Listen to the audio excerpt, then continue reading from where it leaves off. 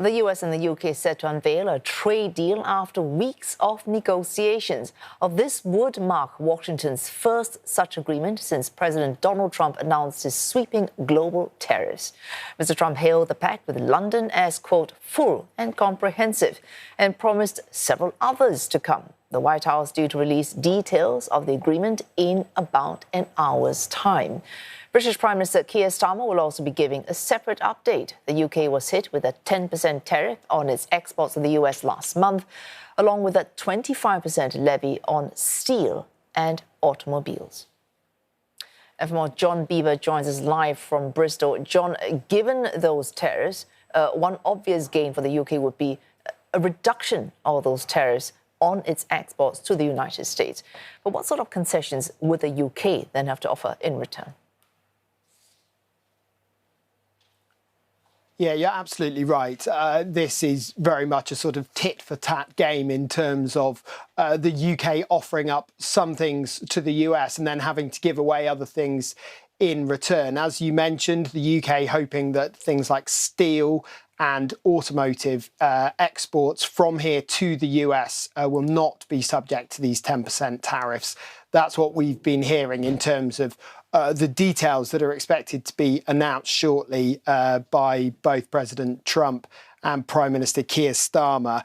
In return, though, we're hearing that the US will be able to send cars here with a reduction in tariffs. Currently around 10%. We're hearing that could be more like 2.5%. So that would be good news for US exporters of the automotive industry, because they would hope to do more business with the UK.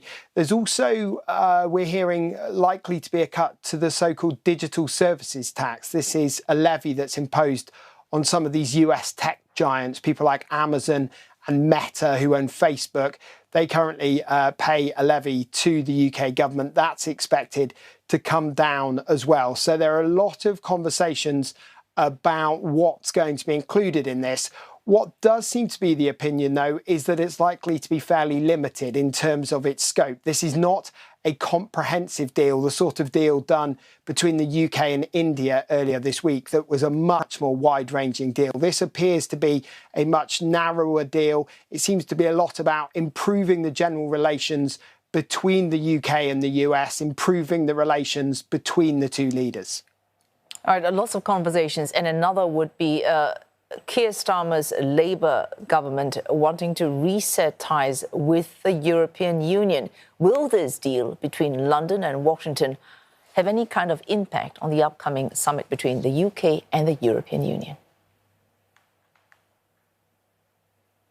Well, certainly the UK will say that no, it won't have an impact, that the UK can do trade deals with lots of different countries and lots of different bodies, and it sees the chance to do a better deal with the European Union as something that it can do in the coming weeks ahead of this summit that we have scheduled for later this month.